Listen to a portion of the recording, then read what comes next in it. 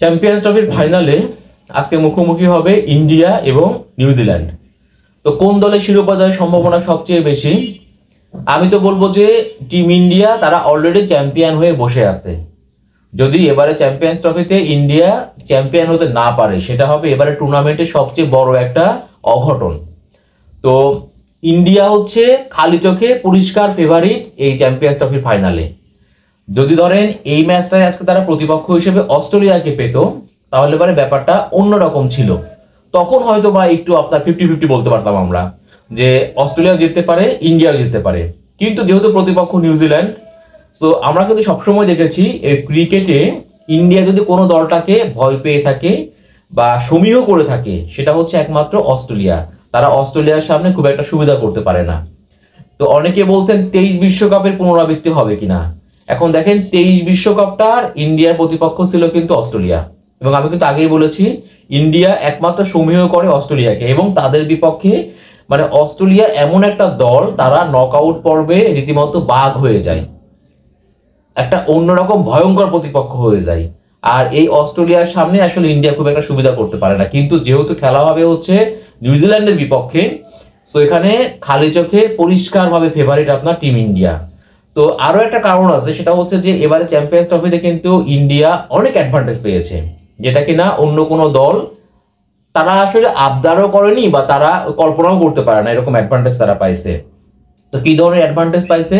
প্রথম অ্যাডভান্টেজটাই হচ্ছে যে যারা ক্রিকেট বোদ্ধা আছেন তারা কিন্তু অনেকেই বলছেন ইন্ডিয়া তাদের নতুন হোম ভেন্যুতে খেলছে। মানে এই দুবাইতে ইন্ডিয়া এত বেশি ম্যাচ খেলেছে, এখানকার উইকেট এবং কন্ডিশন, উইকেটের নারী নক্ষত্র সবই ইন্ডিয়ার হচ্ছে একদম মুখস্থ। আর আপনার এখানকার কন্ডিশনের সঙ্গে তারা একদম পরিচিত। তো মনে হচ্ছে তারা তাদের নতুন হোম ভেন্যু এটা। খেলার কিন্তু আয়োজক পাকিস্তান, বাট ইন্ডিয়ার কারণে হাইব্রিড মডেলে এবার চ্যাম্পিয়ন্স ট্রফি ম্যাচগুলো অনুষ্ঠিত হচ্ছে। তো দেখেন, মানে পাকিস্তান আয়োজক হলে পারেও তারা ঘরের মাটিতে ইন্ডিয়ার বিপক্ষে গ্রুপ পর্বের ম্যাচ খেলার সুযোগ পায়নি, পাকিস্তানকেও দুবাইয়ে এসে খেলতে হয়েছে। তো অন্য টিমগুলোর জন্য কিন্তু ভ্রমণজনিত ক্লান্তি খুব বড় একটা ফ্যাক্ট ছিল। এই জায়গায় কিন্তু ইন্ডিয়ার কোনো ভ্রমণজনিত ক্লান্তি নাই। তারা দুবাইয়ের নির্দিষ্ট একটা হোটেলে আছে এবং নির্দিষ্ট একটা ভেন্যুতে গিয়ে তারা ম্যাচ খেলছে। অথচ অন্য দলগুলোকে কখনো পাকিস্তানের মাটিতে, আবার কখনো দুবাইয়ের মাটিতে এসে ম্যাচ খেলতে হয়েছে। এবং এইটা নিয়ে কিন্তু এবার চ্যাম্পিয়ন্স ট্রফিতে অংশগ্রহণ করা বেশ কিছু দলের খেলোয়াড় তারা কিন্তু প্রকাশ্যে এটার সমালোচনা করেছেন।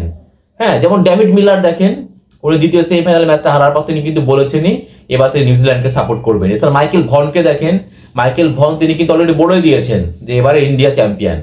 তো আসলে এত অ্যাডভান্টেজ পাওয়ার পরে ইন্ডিয়ার চ্যাম্পিয়ন না হওয়ার কোনো কারণ আমি দেখতে পাচ্ছি না। আপনি যদি ইন্ডিয়ার টিমটাও দেখেন, তারা কিন্তু গ্রুপ পর্বে নিউজিল্যান্ডের সঙ্গে একটা ম্যাচ খেলেছিল, ওই ম্যাচটাতেও দেখেন অল্প 250 রানের পুঁজি তারা 44 রানে ম্যাচটা জয়লাভ করেছিল।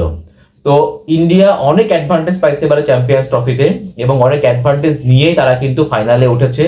তো তারা আজকে আমরা বলতেই পারি, ম্যাচ শেষ হওয়ার আগে আমরা বলতেই পারি যে ইন্ডিয়া অলরেডি তারা চ্যাম্পিয়ন হয়েই গেছে। তবে ইন্ডিয়া চ্যাম্পিয়ন হলে পারেও তারা কিন্তু আসলে ওই যে একটা কথা আছে না, যে এই যে হোম অ্যাডভান্টেজ নিয়ে চ্যাম্পিয়ন হওয়া, তো এই জায়গায় কিন্তু একটা কলঙ্কের দাগ।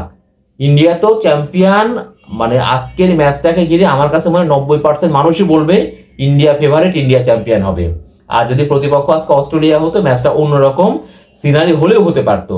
বাট যেহেতু প্রতিপক্ষ হিসেবে নিউজিল্যান্ডকে পাইছে, এই ম্যাচটাতে ইন্ডিয়া চ্যাম্পিয়ন না হওয়ার কোনো কারণ নাই। আর আমি তো এর আগে বললাম তারা এক গাদা হোম অ্যাডভান্টেজ পাইছে এইবার। হ্যাঁ, মানে আমরা বলতে পারি ইন্ডিয়া হচ্ছে চ্যাম্পিয়ন। তবে ওই যে বললাম ইন্ডিয়া চ্যাম্পিয়ন হলে পারেও এত তারা অ্যাডভান্টেজ নিছে, এই অ্যাডভান্টেজ নেওয়ার কারণে মানে তাদের এই চ্যাম্পিয়ন হওয়ার মধ্যে ওই রকম কোনো গৌরব থাকবে না। অনেকেই কিন্তু এটা নিয়ে প্রশ্ন তুলবে এবং ওই একটা কথাই বলবে তারা হোম অ্যাডভান্টেজ নিয়ে তাদের নতুন হোম ভেন্যুতে এই চ্যাম্পিয়ন্স ট্রফি শিরোপা পুনরুদ্ধার করেছে। অর্থাৎ যদি এরকমটা হতো, মানে ইন্ডিয়া যদি আপনার ফাইনালে না উঠতো, তাহলে কিন্তু ফাইনাল ম্যাচটা হতো হচ্ছে লাহোরে।